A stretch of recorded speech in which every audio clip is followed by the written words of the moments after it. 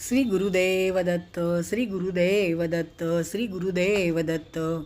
गुरुचरित्र संक्षिप्त अध्याय 24.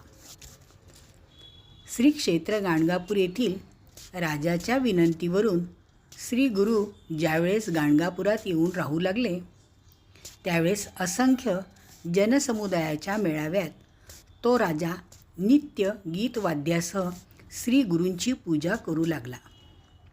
ही गोष्ट कुमसी गावातील त्रिविक्रम भारतीस कळताच चतुर्थाश्रम धारण केलेल्या माणसाने अशा प्रकारे दांभिकपणा दाखवू नये. अशा प्रकारे त्याने श्री गुरूची निंदा करण्यास सुरुवात केली. श्री गुरूंना ही गोष्ट कळताच राजा व राजाचे हत्ती, घोडे, पायदळ इत्यादी सैन्य नानापरी वाजंत्रे गीतवाद्यासह श्री गुरु पालखीत बसून त्रिविक्रम भारतीस भेटण्यास निघाले. त्यावेळेस त्रिविक्रम भारती नरहरीची मानस पूजा करीत होता, पण पूजेत त्याचे मन स्थिर नव्हते.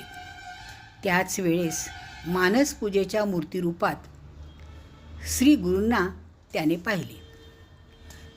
तत्काळ तो नमन करीत निघाला. श्री गुरूंच्या चरणावर त्याने लोटांगण घातले. त्याच वेळेस सर्व लोक दंडधारी यतिरूपात त्याला दिसू लागले.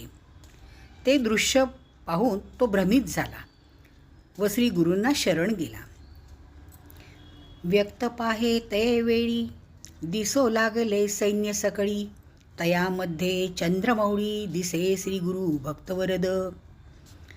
व्यक्त पाहे ते वेळी दिसो लागले सैन्य सकळी, तयामध्ये चंद्रमौळी दिसे श्री गुरु भक्त वरद. गुरुदेव दत्त.